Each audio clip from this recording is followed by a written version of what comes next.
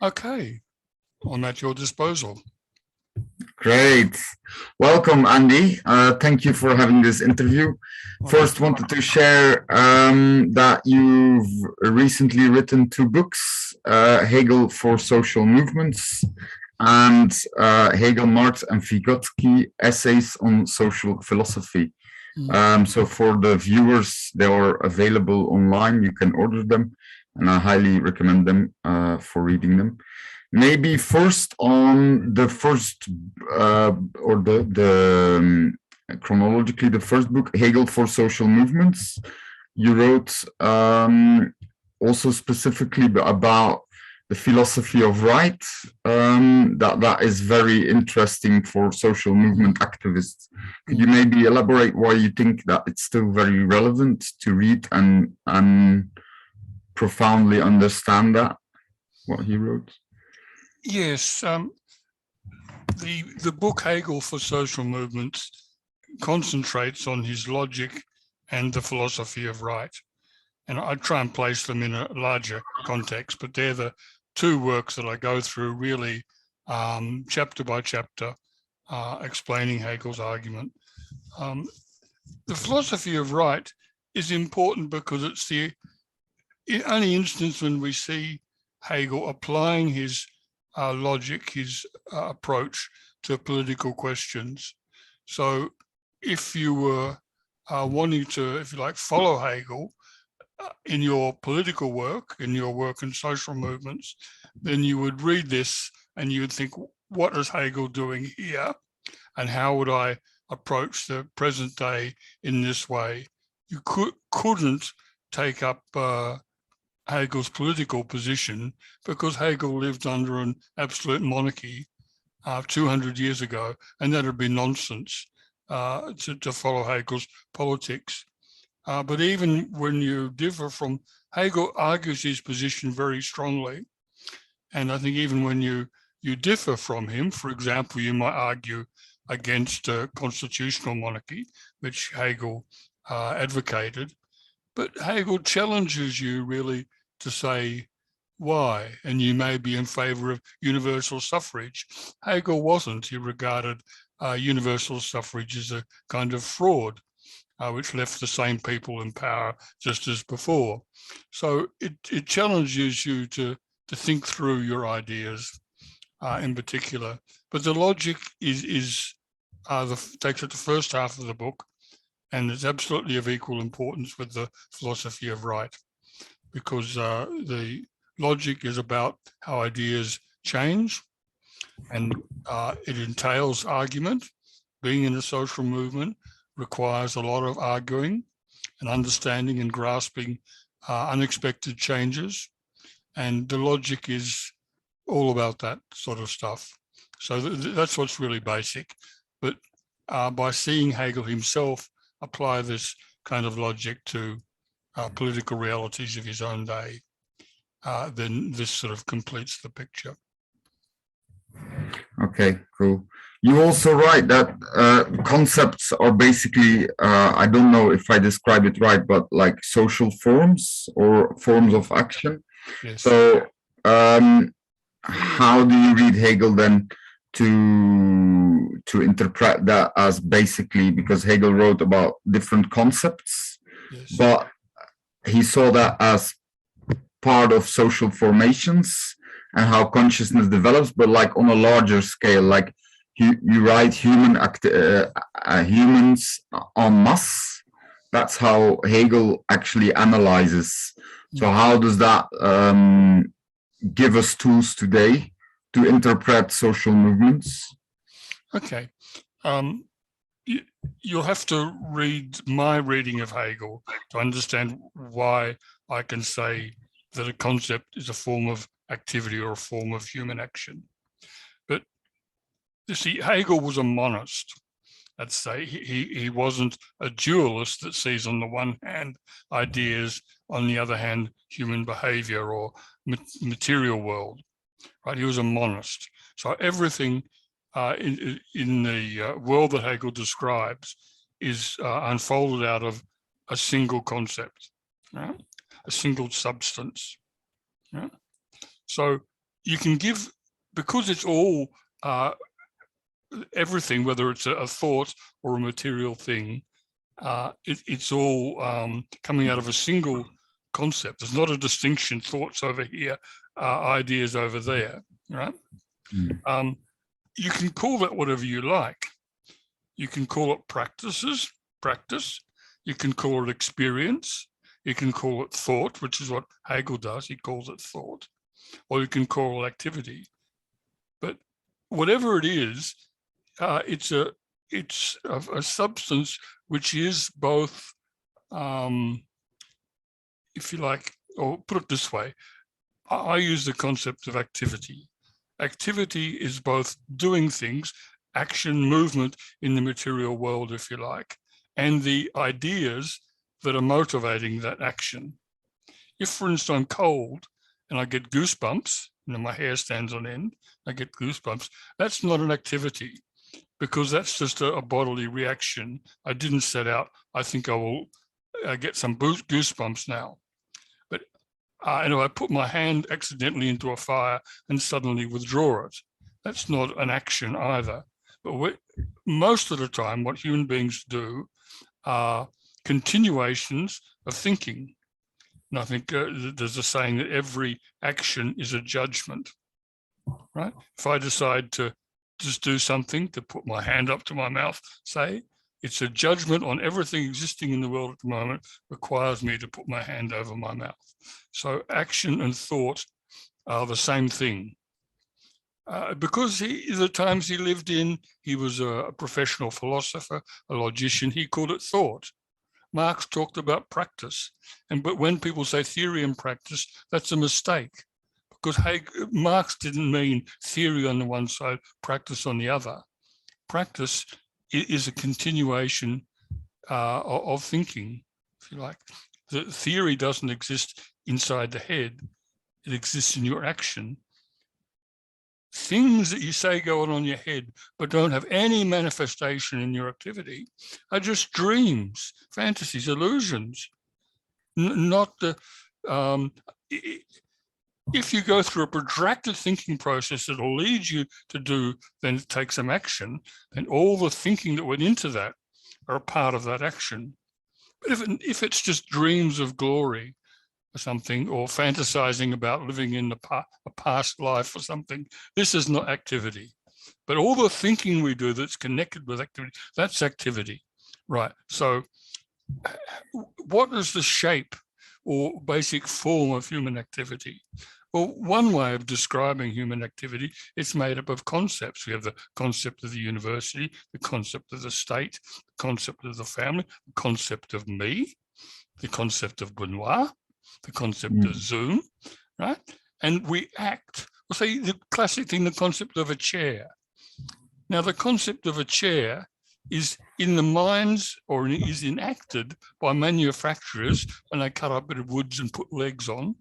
It's in the minds and activity of the retail industry when they buy and sell them. And when someone buys them and arranges them around the house, puts them around a table, and people come in, they know where to sit. That we reify the concept of a chair onto a particular material object. But sometimes you don't. If I say socialism, I don't say that's socialism over there, right? We don't think of socialism as a material object.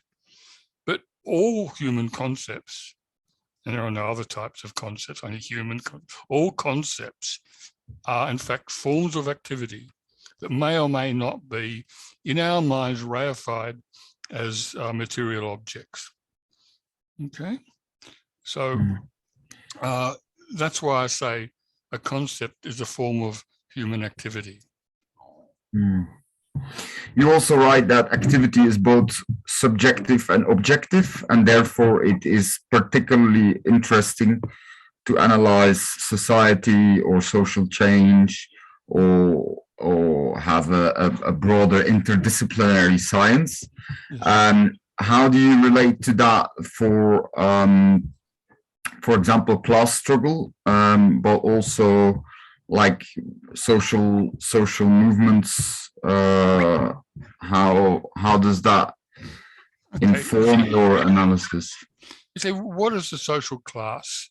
If I say the working class is all those people that work for a wage, and you say, oh, you mean policemen? They're workers, are they? No, I don't mean except the policemen. Oh, so an employer that's just self-employed pays himself a wage. He's a worker as well. Oh, no, not them. What about unemployed workers not getting a wage? Oh, yeah, they're. You think, no, hold on a minute. You just told me what a worker is, and yet now you're telling me, it doesn't work like that.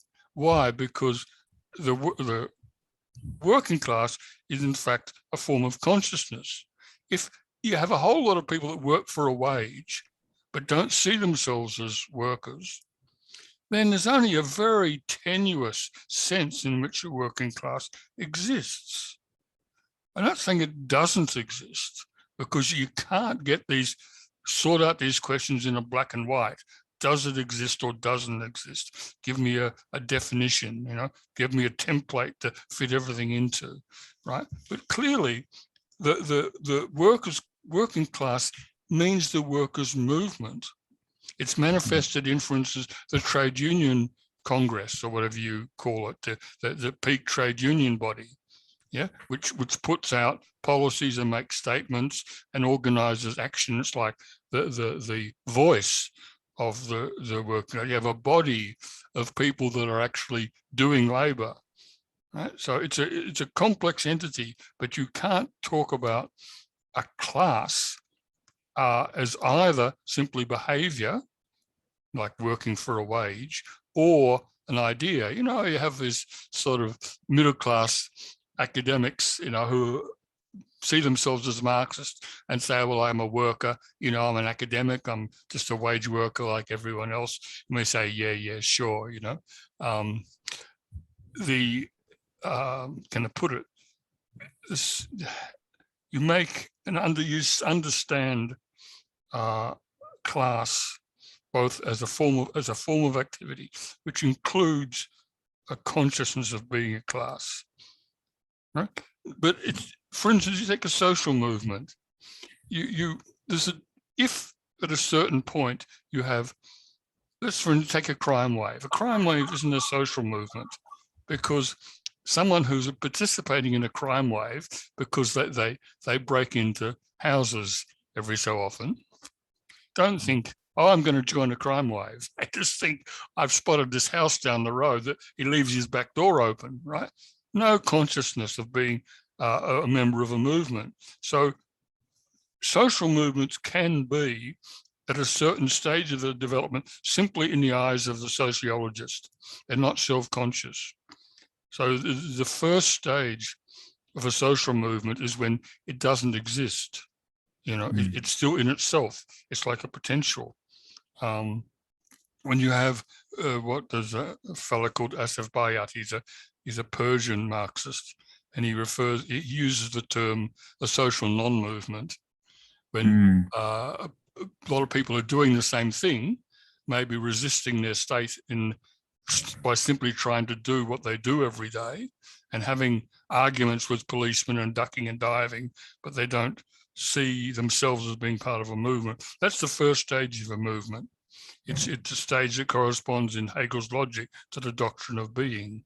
It's just a social category. It's just numbers and qualities. But the second stage of Hegel's logic, the doctrine of essence, is the coming to self-consciousness of a form of social action. And people start saying, hey, we're all here for the same thing, aren't we? Yeah, we're all here for the same thing. They start to actually see themselves as a group and understand, well, we're not here all for the same thing. Some of you are very well off and, I'm not. And so then you start to get a development, and at the crucial point in the development of a social movement is reflected in Hegel's doctrine of a concept, the third part of his logic, when people form an adequate concept of themselves and it becomes a thing. It enters like as a word in the language. When people suddenly say, feminism, are you for it or against it? Have you ever met a feminist? So then once you have a concept, then it begins to develop. It doesn't merely change from one thing into another and continually change forms and adopt the wrong form and then try another. Try to become a party, abandon that, try to become a union, that didn't work, whatever.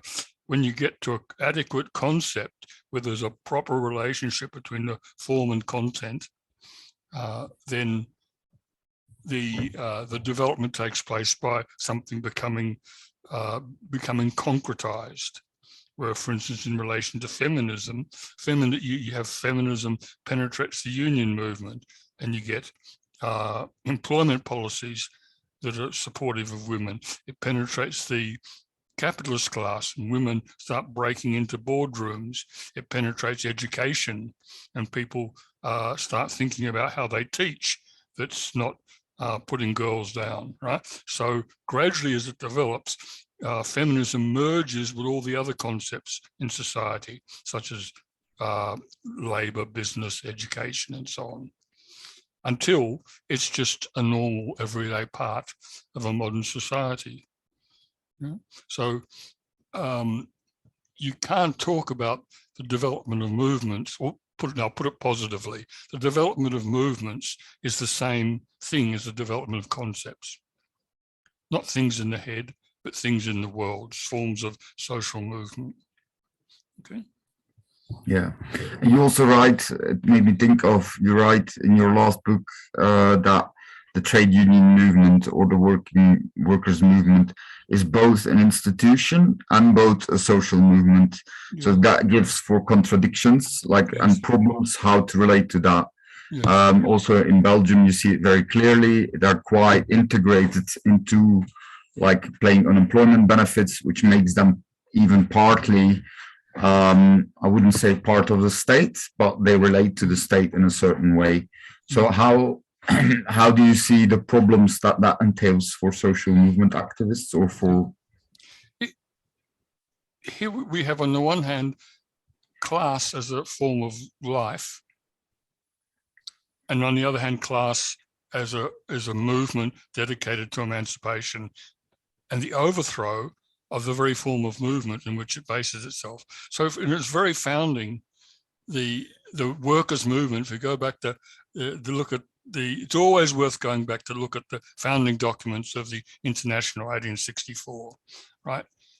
It's a movement that's founded on wage labor with the objective of abolishing wage labor.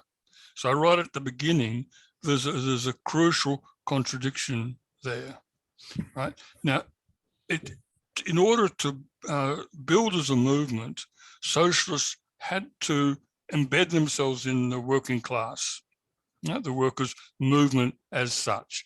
Now, if I talk about the workers' movement as such, I mean the organized union movement, really, the movement whose objective is to improve the price and conditions of sale of labor. Right? Now, the union movement is, of course, a form of bourgeois consciousness, because its aim is only to allow workers to get more prosperous. It doesn't want them to stop being a worker, though actually they quite like the idea, if their pension funds were good enough, they'll be able to give up work soon and live off the interest, right?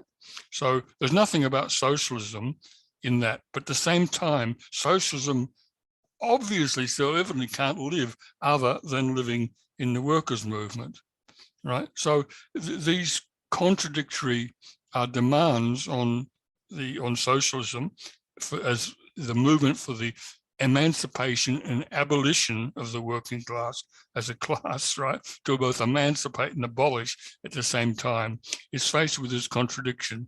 Here in Australia, the workers' movement was incorporated into the state in the first decade of the 20th century. And the workers in that early days of Australia were very powerful, because it was unlimited supply of free land stolen from the Indigenous people, and a tremendous shortage of labour. And if you didn't like what the boss was doing with you, you could say, stuff you, walk a couple of miles out into the countryside and set up a farm. So workers had tremendous bargaining power.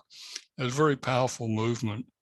and you had the first elected Labor governments in Australia, you know, in the first decade of the 20th century. So the workers there demanded for welfare payments for retired people, for illness. They demanded the state set up arbitration commissions to a rule on wages, where employers and workers would each send representatives in front of the commission who would decide on the outcome and so on. So it's been incorporated in the state for a long time. And this has, of course, positive effects in the sense that the standard of living of workers is progresses along very well by this means. But at the same time, the consciousness of being a worker is undermined, because the benefits you get from the welfare state don't come from your fellow workers, or they do, of course, but they appear to come from the state. And yet you have no control over the state, and you rightly see it as hostile to you. It takes the side of business, but at the same time, it'll give you your old age pension, it'll give you free medical care, give you all sorts of benefits that your grandparents fought for. So it's rife with these contradictions, and the women's liberation movement is in the same situation, always has been. The leaders of what they call the second wave of the women's movement, talking about the 1960s and 70s, these were people that had far-reaching critique of society as a patriarchy, and their aims was the abolition of distinction between men and women, the complete emancipation of women. But how do you unite women under the banner of feminism, or women's liberation, as it was called? Well, you set up rape crisis centers. You demand and achieve workplace childcare. Yeah, you get equal pay legislation through the so and so. So you do just what unions do. You serve the immediate interests that are immediately obvious to any woman, and you say, yes, the feminists, they're doing good things for us. Now I've got somewhere to escape from a rotten husband. I get the same pay as he does, so I can earn my own living. Feminists are great, but that doesn't lead to the complete emancipation of women. It leads to a set of sort of contracts and rights in a patriarchal system. So it's the same kind of contradiction. Women's liberation wants to abolish gender as a social category altogether. It's a long-term ambition. I mean, that's a difficult concept. You know, women will get pregnant, whatever you do with social relations. But fundamentally, it's the same idea. The same as workers will still have to clock on and do X number of hours of work, however advanced socialism is. There'll always be people working. So it's when you say the abolition of wage labor, doesn't mean, of course, you just don't have to work. And the abolition of gender doesn't mean that women don't have to give children. So any great social movement has these contradictions in it. And in the civil rights movement, you had the same contradiction, which came out, it begins as an extension of the national liberation movement sweeping around the world very explicitly, and demanded entry and equality in all the institutions of the United States. But then, after a little while, you had Black is Beautiful, and you had really can I put it, in a sense, a contrary movement. The one was said, no, we don't want to just go along with your whitey ideas of how to live. We have our own values, our own culture, and we want to develop that ourselves. So it's in the nature of any great social movement that it has these contradictions, and that's grasped in the way Hegel develops the concept of the doctrine of the. Well, what do you say? The doctrine is not a word you use in English nowadays, but the logic of the concept, put it that way.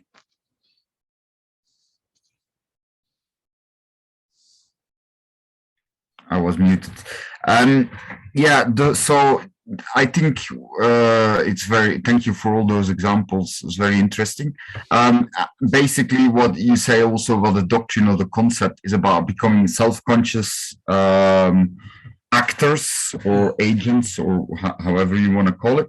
How does that relate to the concepts you introduce? Because you aim with your work, you introduce concepts and you build further on the work of Marx, Hegel, Marx, and Vygotsky. You introduce the word project, for example, to see society as interwoven, as a puzzle of different projects we're all involved in.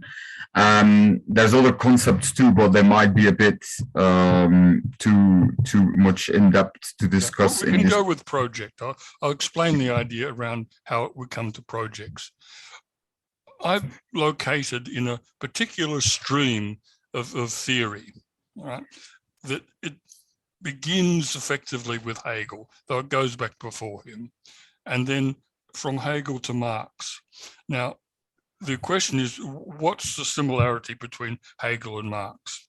Okay, well, one of the ways that you can connect them is like a methodological or logical way, right? But how do you understand that connection? And the next link in that chain is this fellow Vygotsky, who was a Russian psychologist. And he's active between 1924 and 1934. And the way he read Capital was to say that Marx made the commodity the unit of analysis for bourgeois society. And he said psychology, which was his topic, needed its own Das Kapital. So he made a certain interpretation of how Marx used Hegel.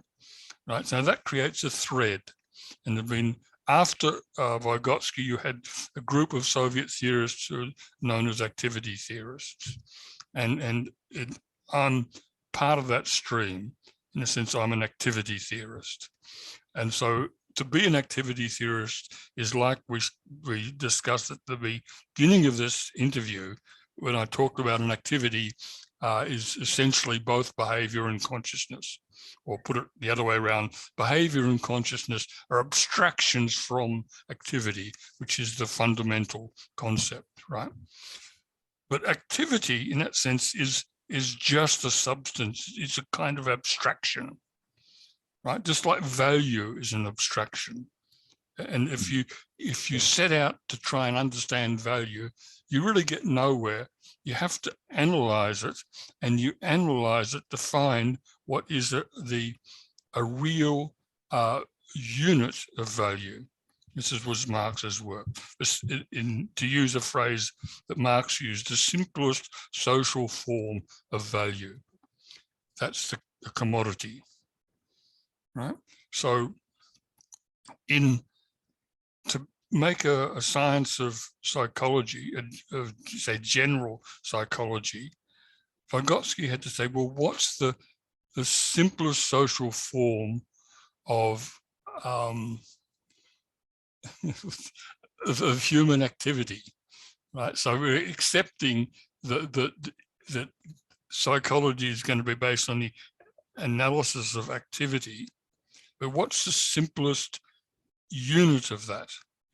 And Vygotsky says that it's an artifact mediated action. Now, commodity exchange is an example of an artifact mediated action where one person relates to another through a commodity by exchanging that commodity between them. So it establishes a relationship between two people. The product of this person's labor becomes a use value for this person. So Vygotsky expressed this founding idea of Marx's Capital in that particular way, that he founded Das Kapital on an artifact-mediated action. Okay, so Vygotsky's psychology was based on this artifact-mediated action, which allowed him to set up experimental works and study consciousness in all its most diverse forms in a laboratory setting, because he'd take some object from the culture, such as a word or a sign or a tool, and give it to a subject to use on some object. And that way, he introduced the whole of culture beyond the horizons of any individual into the individual's immediate actions. So in that way, he could study real psychology in a real way, not isolated from everything in a laboratory, but precisely as an element of the whole culture of the world. Now, Das Kapital begins with this unit of analysis, which is a commodity exchange, but of course the book's called Capital. It's not called Commodity. It's a book about capital. It's not a book about commodities. So by the time you get just to the fourth chapter, about 100 pages in to Das Kapital, you find a new unit, which is the capitalist firm, where you'd have some money, you put it into circulation to get some commodities, and then you put it back into circulation by making a profit, right? So it's M-C-M dash. The commodity exchange is commodity, money, commodity, which goes on and on, commodity, money, commodity, money, commodity, money, commodity, money. And then you break that, someone has some money and they turn it into a commodity and then back into money at a profit. So it's M-C, M dash C, M dash dash, right? You had a new form of activity, which is the capitalist firm, a unit of capital, right? Which is the activity of, it's a whole bunch of commodity exchanges, which is it's not just a single one. The unit of capital isn't just a single act of buying and then selling again. It's the whole activity of accumulating capital by buying and then selling at a profit, right? So in order to study the capitalist firm, and there's a unit of analysis, the unit of capital, Marx had to first begin to do with a unit of analysis that gave him value. Likewise, in psychology, Vygotsky had to start with a unit of analysis of the simple human action, which was an artifact mediated action always, but a whole group of artifact mediated action, an aggregation of them, could be made if you looked at all those actions which are directed towards a common motive.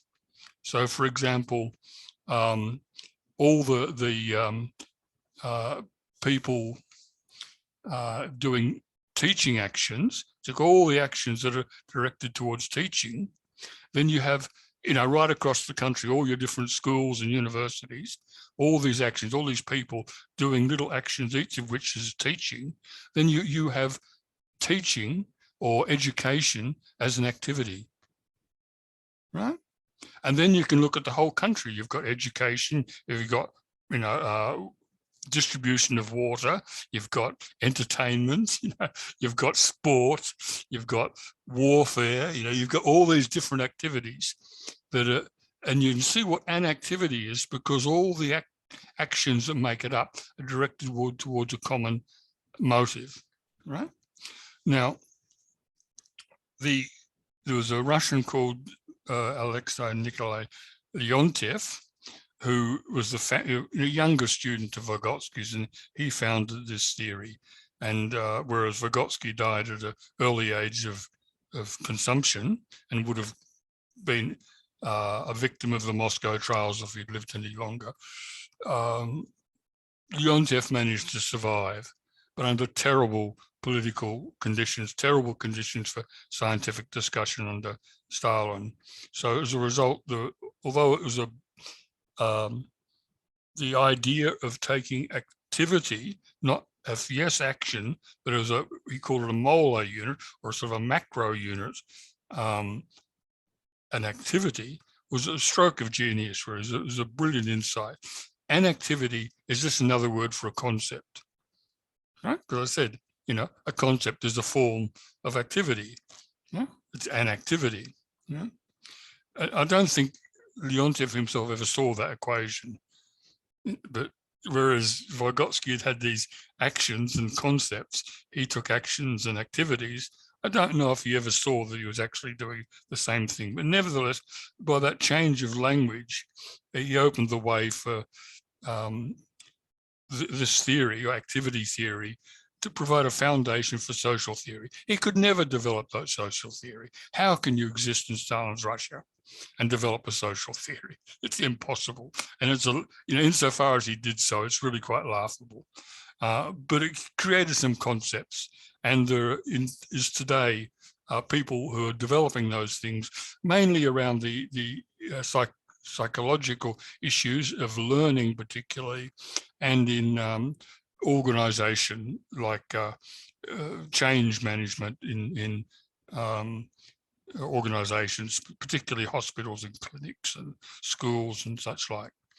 So that's the sort of areas where activity theory is being used. Now, I use the word project in exactly to have the identical meaning to an activity, right? But I preferred to introduce a new word that I could define, and that no one could say, oh no, Andy, you don't understand what Leontsev said. An activity does this, that, and the other thing, right? Okay, that's what Leontsev said, but I've got a project, and I'll say what project means. And of course, it's a word that has, anybody can understand what a project is, sort of.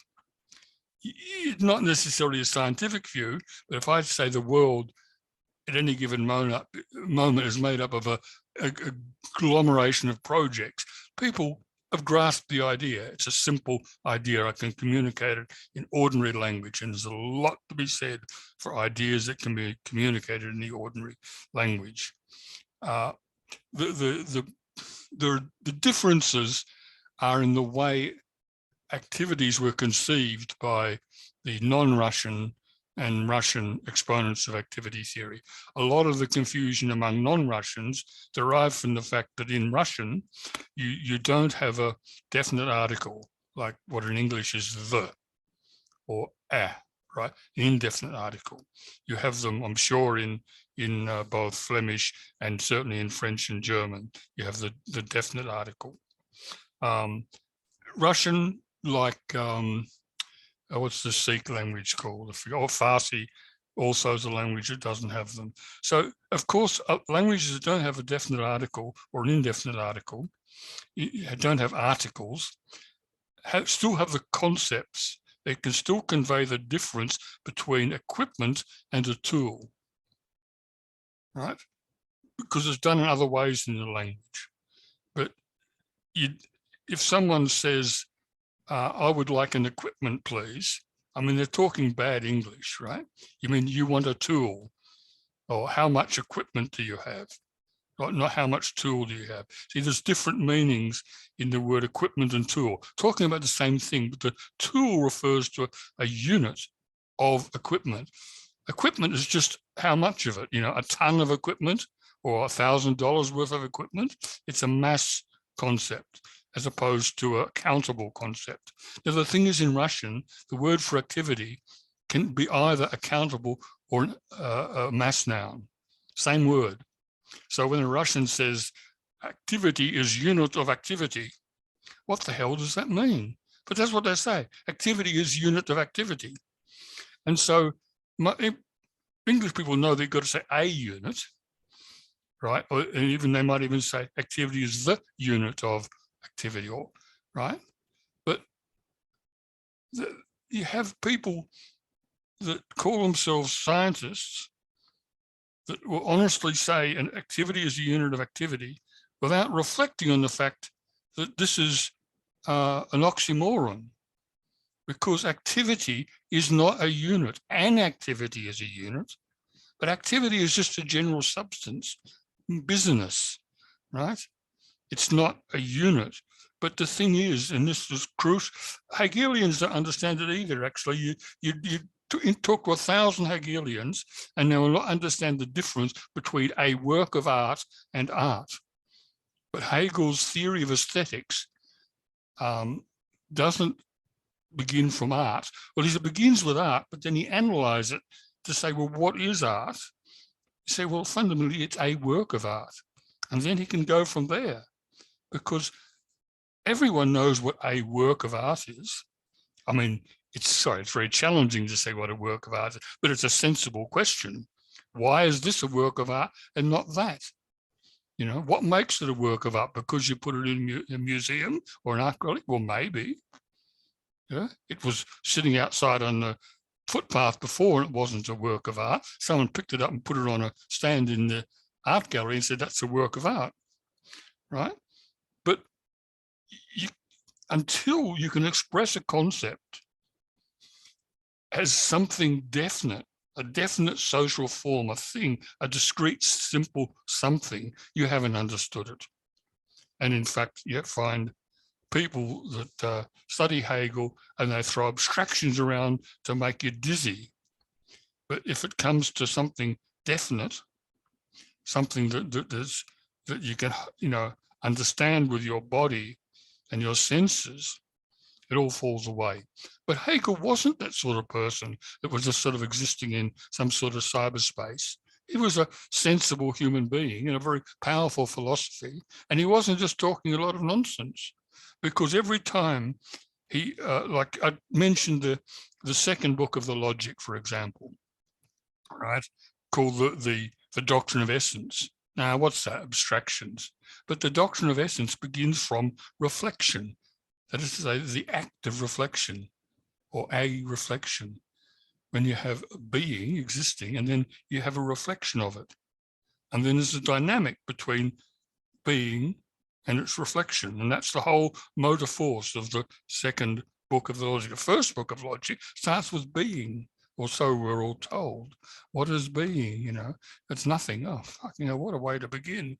But then you go a few pages in, and it turns out that the real starting point is one. When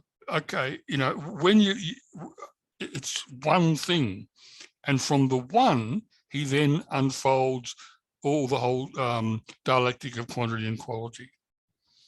Right? So Hegel did this religiously, so I shouldn't say religiously, systematically through his whole system. He'd start with some generalized abstract phenomena as it appears in philosophy and life. People say, what about space? How do we understand space? He said, well, let's start with a point. Yeah, what's the point? Oh, okay. And then we'll go from there to a line, to a surface. Okay, we're starting to get an idea of what space is. Right? So he did this the same as Marx did. Oh, value. 2,000 years we've been trying to understand what value is. Let's say a commodity. We'll start with that. How does value work in a commodity, in the exchange of a commodity? One commodity is said to be equal to another. How? Through the actual act of exchange, not a theoretical thing. This is the same as this, but actual act of exchange. So it's so visceral, it's real. And Hegel actually was the same in that sense, but because it's expressed in this idealistic language, it's hard to penetrate, whereas Marx made it, he was addressing himself to the workers' movement. And he didn't mess around with silly Latin abstractions and so on. He expressed himself in the most immediate way possible. And same with the activity theorists at their best. They talk about the simple, concrete something which is at the root of a phenomenon. So I'm placing myself in this genealogy of Hegel and Marx and Vygotsky as a way of developing Marxist ideas, thinking, right? That doesn't separate, classes and social forces and states on the one hand, and then people's thinking on the other, but understands it from the very beginning that there's not two subject matters, here's a single subject matter. Because thanks to Vygotsky, he showed us how we can understand this in terms of a single concept of an action and build up from that a whole theory of understanding of human activity and thinking, right? So I want to use this whole history from Hegel and Marx, because Marx wasn't a philosopher, right? Insofar as we know about Marx's views on philosophy, they come from notes and things that were published only after he died. You know, the thesis on Feuerbach, most wonderful summation of his philosophy, was discovered by Engels after Marx died. You know, so he wasn't interested in developing and publishing and working out a systematic philosophy. He was interested in helping the working class find its own voice. You know, and for that purpose, a critique of political economy, critique of the way capitalists think, was important. So he put a lot of his work, too much work maybe, just into writing Das Kapital. And Hegel, of course, was a philosopher, and he spent a lifetime getting the minutiae of the logical structure of his system worked out. Now, some of that is out of date, some of it's too arcane to be bothered with, but most of it is still valuable to this day. Vygotsky, on his hand, was familiar with all the Marx that was available in the 1920s in Russian, which is a reasonable amount. The Marx's works were being translated and published at a great rate. But he'd never read Hegel. But because of his ability to you know, his just native intelligence, he could read in Marx the lessons that have been drawn from Hegel, and he was able to formulate ideas. You think, how could he say this without having read Hegel? You know, but it's not like it's spontaneous dialectics or something. It came from study, but he received his Hegel secondhand because there were a lot of people around him that had read Hegel and were very erudite in Hegel. So he didn't invent the things, but he read all the writers in psychology from around the world. He studied psychology in an encyclopedic way, but he couldn't study everything in an encyclopedic way. And his ideas about politics and philosophy were like secondhand, but he used them to such fantastic advantage in the way he laid the foundations of psychology. So it's like an exemplar, a paradigm, in the proper meaning of the word paradigm, an example of how to build a science, how to lay the foundations for a science. And that's a big part of what I draw from Vygotsky. Yes, his ideas about psychology, but not just his ideas about psychology, but as a way to found science of human activity. Okay. Okay, thank you. Maybe you already touched upon it. So you use projects, like you said, which is also a concept. But how does it relate to, you already said Leontiev as the founder of activity theory, and he made a difference between object and motive, but you also have a criticism towards Leontiev in terms of his objectivism. You already said this, the harsh conditions under which he had to work. How do you see that criticism being applied for you in how you propose your concepts? Okay. What I get from, in the end, what I get from Leontiev is the founding idea of activity as a unit of analysis. But of course, he wrote a lot, and by working through his writings, and critically working through, I've developed my own view. And when I look back at it, there's not a lot in that view that I've got from Leontiev, but still I developed those ideas through a critical reading of Leontiev. So according to, well, just one little anecdote. There was a conference in 2014 in which Leontiev's grandson appeared to speak. And when he got up to give a talk, he went up to the whiteboard, drew a line down the middle of the blackboard. He says, objective on this side, subjective on this side. I mean, could one be any clearer that here's a fellow that's going to give us a dualist theory of the world? And when I asked him a question of whether there could be, see, one of the things is that in the traditional activity theory, there's an objective meaning of a word, and then other meanings that have a personal sense due to life experience or ideology, right? But there's still an objective meaning. Now, where does this objective meaning come from?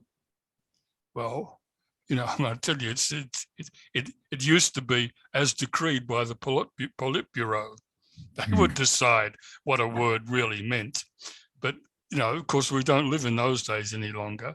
So I asked Dmitry, was there any possibility of there being a range of meanings of a word, not just simply, which were equally correct, you know, as opposed to just one meaning being the objective one? He said, oh, I suppose, you know, in some corners of the countries where you know, there's due to ethnic conditions, there'll be a different sense.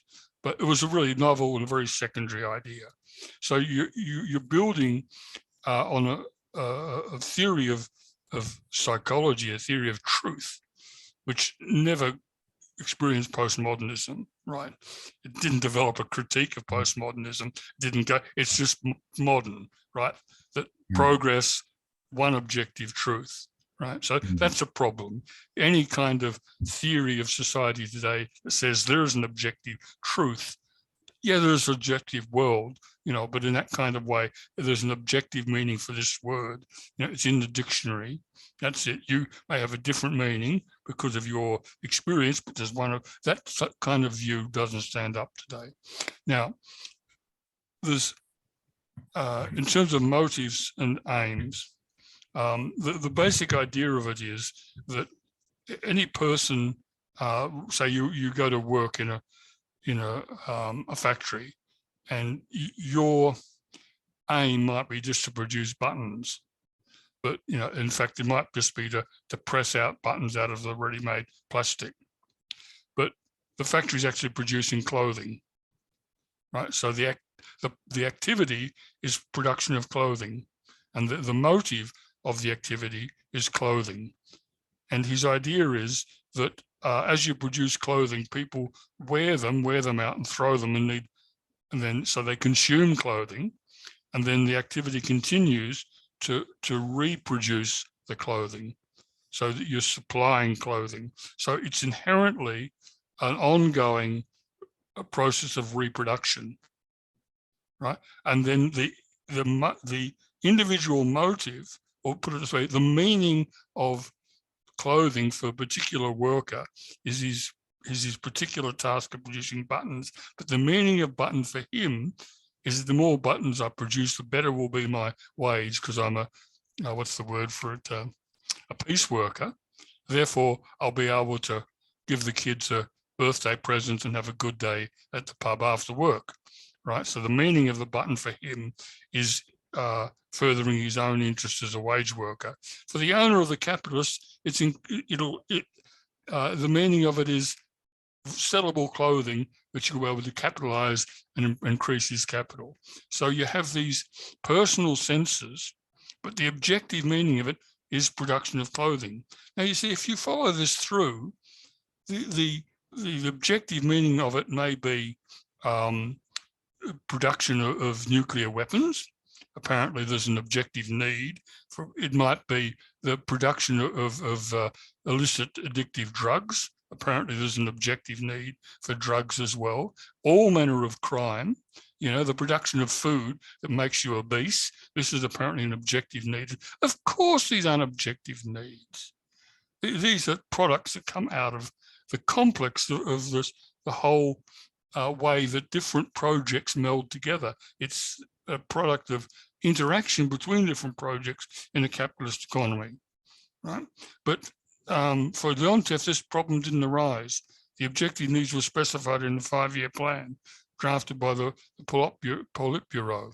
So there was an objective need. So the activity is a reproduction, right? That's continuous, right? It's ongoing activity. Whereas for my purposes, when my primary interest isn't to explain why, you know, we produce more buttons or, you know, more hairpins or something, but how to overthrow capitalism, you know, and people whose lives aren't just reproduction, but have ambition to make a better world, to raise their children, to do something. You know, our projects are forward-looking. You know, everyone, at whatever level, is trying to change the world, make it a better place, to pull themselves out of poverty, to get a better world for their children, to change the way things are done. You know, there's will, motivation involved there, right? So the project better expresses this idea of striving, of a world made up of people that are striving to change the conditions of their lives and that of others, rather than simply reproducing a range of goods according to the 5-year plan, which is reflected in the idea of an activity. Okay. But there's more than that, you see. Leontes said every activity is characterized by its motive.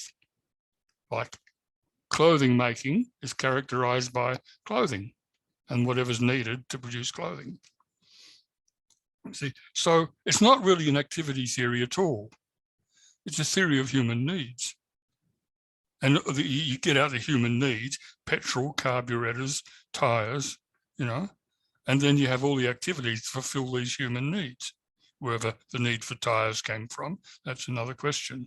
So you've got to have a theory of needs.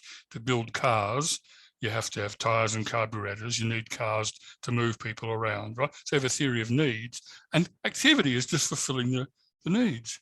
So it occurred to me that it's not an activity theory. If activities are going to be the substance of your philosophy, the basic unit of human activity, then they've got to be self-defining. Yeah, the object of an activity can only be determined by studying the forms of collaboration making up the activity that allow you to deduce what the object is. The same as if an action can be only understood when you can see what the person is trying to do. You know, he's trying to make buttons. That's his action, right? So you don't say there's buttons there and that defines the action. You have to study the action and work out what the motive of it is. Now, the fact in wherever there's collaboration, there's conflicts of motives. That's part of it. All concepts have multiple meanings. A concept isn't just a simple definition. It's like this, it's a form of human activity. It contains contradictory motives, but nevertheless people collaborate, even though their interest may be a different one. We collaborate. You're living in Belgium, I believe, Benoit, that you have different political parties or hate each other, but nevertheless they don't actually go around with machine guns and things poisoning each other and shooting each other. They collaborate within a set of rules and put people into your parliament, or whatever you call it, and they argue and pass laws. So in the most probably unsatisfactory way, while they're all earning good money on the side, they're collaborating in the process of governing the country, right? So it's a form of collaboration. So what the other ingredient, once you say the world's made up of this mess of projects, is really, one, to learn how to study projects, but two, how different projects relate to each other, right? So part of my theory is to look at the collaboration between different projects. And that word collaboration really in English, it's a synonym for project. I'm engaged in a collaboration, meaning I'm engaged in a collaborative project. They have the same meaning in the right context, right? So collaboration is key. Collaboration includes conflict. When you collaborate with someone, you conflict with them and say, no, you don't do it like that. Do it like this. Come on, stop it, you know? And you say, good, look, I'll help you do that. That's collaboration. Cooperation is, look, you do you, but your bit, I'll do mine, and it should be okay. I won't interfere with what you're doing. We'll just cooperate, right? So I'll tell you, we'll have a division of labor. You look after the men, I'll look after the women, and then we'll get a result, right? But collaboration is more than just cooperation. It involves working towards a common end where everyone has an interest in that common end and involves conflict, how to do that, right? So the conflict contained within collaboration is the key to understanding then the conflict that's going on in societies at large. Because insofar as there's no collaboration, like some Nazi idiot that isn't interested in governing the country just wants to wipe out all the Jews, right? There's no basis for collaboration, right? It's just, you know, he's trying to kill your lot, right? And you want his lot all eradicated in some way. So, but that's, if you like, a simple matter, but it's not the point of interest. You know, absolute conflict like that is rare. Mostly people are engaged, however conflictually, in one or another type of collaboration. You know, whether you're actually trying to help somebody or whether you're going along with them towards a common aim, but you're trying to get it to come out your way rather than their way, or maybe simply helping them, right? Sometimes you want them to just join your project. Say, look, come on, get on board, do what we're doing. You know, you can work as part of our lot. You'll be better off that way. You know, we're earning money while we're doing it. Come on, right? So I look at different types of collaboration. And that's the sort of foundation of most social theory. Projects and collaboration. But I don't like to try and say, define a project by its object. I define its object by the project. And the way that a project coheres together is actually quite a complex way, thing which can be approached in different ways. For example, there's a paper written by Morten Nissen, who's a Dane, where he uses the word motif, which I understand maybe it's the same in your language. In English, motif is when you're talking about music and you have a little theme that keeps coming back in the music, you know, and drives the symphony forward.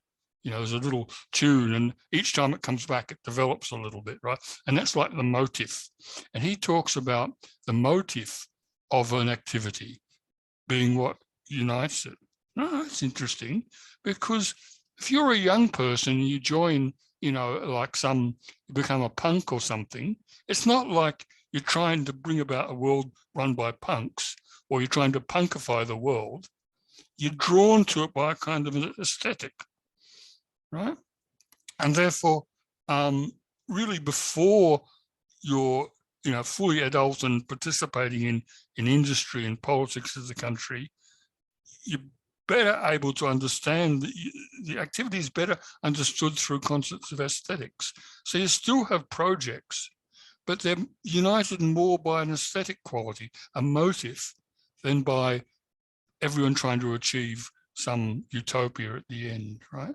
Likewise, if you look at a person's life, you see, there's clear, life is individual life of a human being is a project. Right? It's clear what that project is. You're 25, you don't know what the project is yet. You're still formulating it. You have experiences, you go through traumas, you have great opportunities suddenly landing at your feet. You grasp or you fail to grasp them, and your life works out. That's a project. And then, you know, you get to sort of my age of 76, you look back on life, you go, oh, that's what it was all about. But I can't define it in terms of my object was to get to the grave, you know, by the time I was 84 or something. I'd have to use the tools of literary criticism, really, to understand a human life, because it's the novelists and biographers that have put in the work over centuries to try and make sense of a human life. Well, we can understand projects in the same way. That the project of socialism is doing one thing in the 18th century, you know, in the 19th century, you know, it gets tied up with, you know, the 1848 revolts, you know, and the Communist Manifesto, and then you have the building of the social democratic parties at the end of the 19th through into the 20th century, the welfare state. You have a whole story, and it's the tools of literary criticism are the most useful to understand the project of socialism. Sure, we're all trying to achieve socialism, right? This land where there's no, this world where there's no exploitation, there's no private ownership of the means of production. Everyone's equal. Yeah, that's great.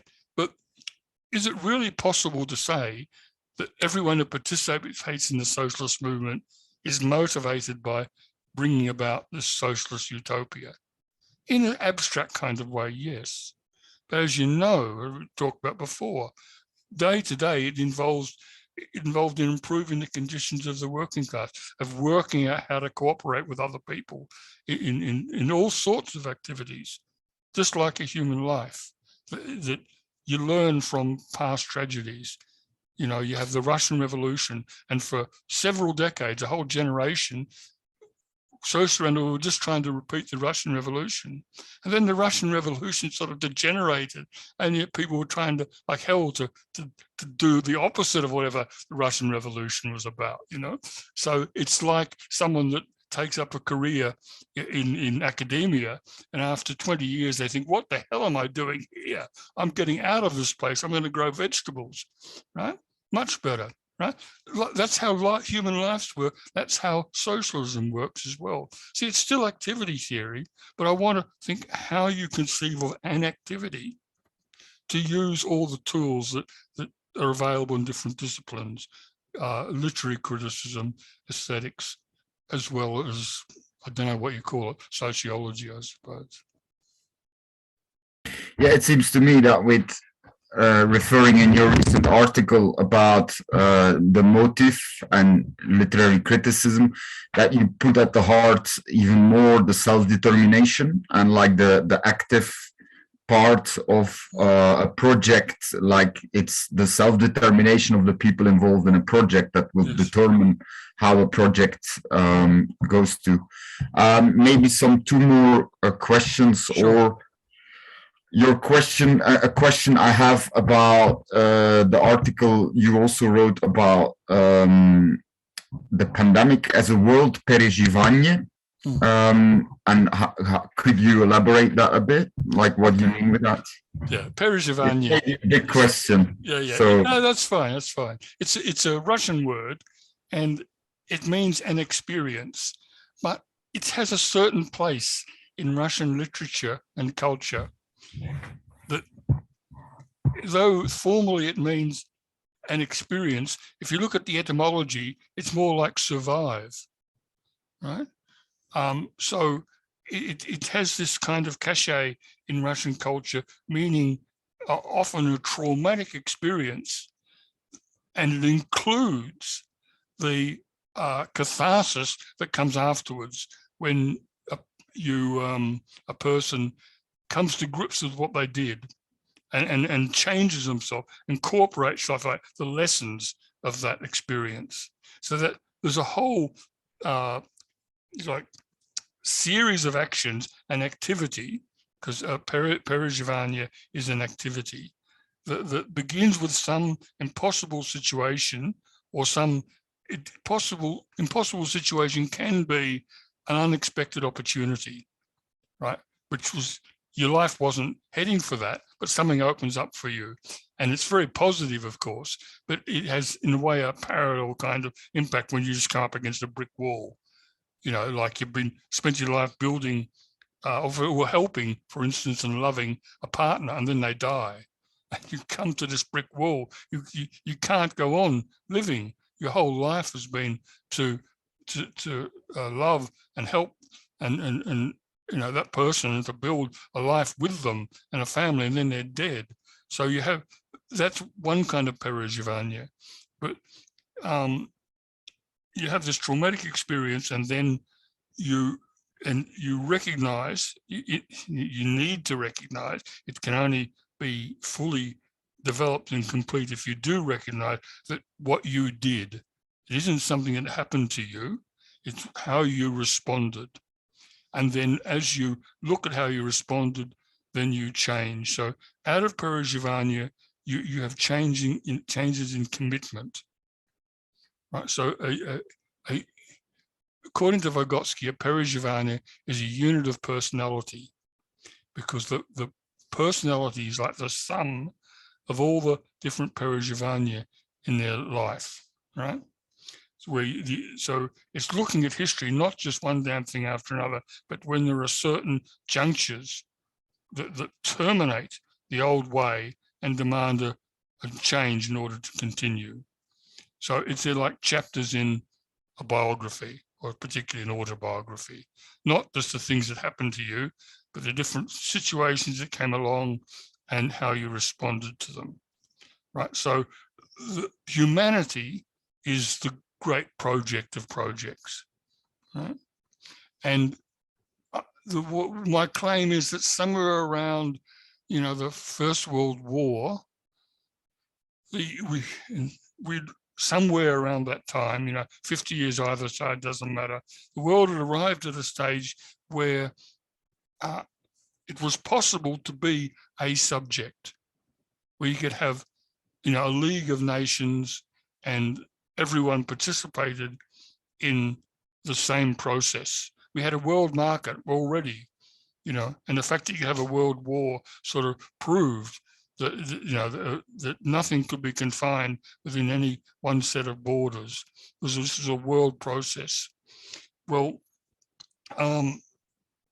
the 1915 is conventionally the end of the British century, from Waterloo to the trenches of the First World War, dominated by Britain. From 1915, maybe up to about 2015 or 16, is the American century, where America unified the world in its own way. Of course, it was a world polarized as well. A world, the Cold War had a polarity, but then that polarity was overcome, and you just had an American world. And then you had Donald Trump, gets elected. So the most powerful country in the world elects a man-child, a complete idiot, as president. And it wasn't just an accident. 40% of the population of America still think he is president, right? Their life expectancy has started to decline. It was never like world leading, but the life expectancy of America is a year less than it was 2 years ago, right? And of course, not accidentally, 800,000 people have died of an infectious disease there. The pandemic itself is a phenomena of one world, because someone, gets bitten by a bat or something in Wuhan, in central China, and within 4 or 5 weeks, you have people in every corner of the world dying of this disease. So, but that's only the secondary thing, secondary crisis, apart from the social crisis, which is, exemplified in the most powerful country in the world, electing a man-child as its president, and a single disease gripping the entire world, preceded, of course, by the 1919 flu epidemic, which I said is like the beginning of the world subject in itself. But there's the climate crisis. Now, this is new, with one atmosphere, one system of oceans, one biosphere, not a biosphere in America and a biosphere in Europe. It's one, and it's heading for collapse. So either humanity as a whole gets its act together and acts together to save its life and the biosphere, or we're gone. Right now, if we don't do that, it won't be the end of human existence probably, but there won't be much left of us, and we will be absolutely fragmented. There'll be no unity at all. It'll be like in that movie, The Road. Have you ever seen The Road or read the book? It's a dystopian. I mean, this is the thing. When did you last read a utopian novel? All futuristic novels are dystopia. But we can't see a way past this, right? So out of necessity, we either face up to this problem and somehow or other overcome all the stupidities of Trump and Bolsonaro and Johnson and Putin and all these assholes, right? And manage to do it, or we're finished, right? So this is a Perishvanya. They've come to that point. You just cannot go on this way. And yet there is a world subject there. It's not yet in control of itself. It's like a set of hands and legs and bones and arms and organs and things that can't yet act like a body, but all the parts are there. We have all the science, all the economics, all the communications needed to solve this problem. It's not in solve. We have all the science and everything to solve the climate problem and bring down the amount of carbon in the air, right? Some of the areas are difficult, like air travel, probably you'll have to go for a while, but just about every solution is already here. It's just a matter of getting our act together to do it. So it's a world Perishvanya, right? That arises really by the pandemic, the coincidence of another number of things. Trump's presidency, the pandemic, the absolutely critical moment of the environmental collapse. They'll come at one moment, and it's sort of necessarily like the room for manoeuvre has been narrowing. So it's not an accident, I think, that the crises come together at one time, and it's either sink or swim, socialism or barbarism, not really, because we don't know what will come out of it. But barbarism is certainly one alternative. So it's a singularity in history. The thing about singularity, you don't know what's going to come next. You don't. I don't.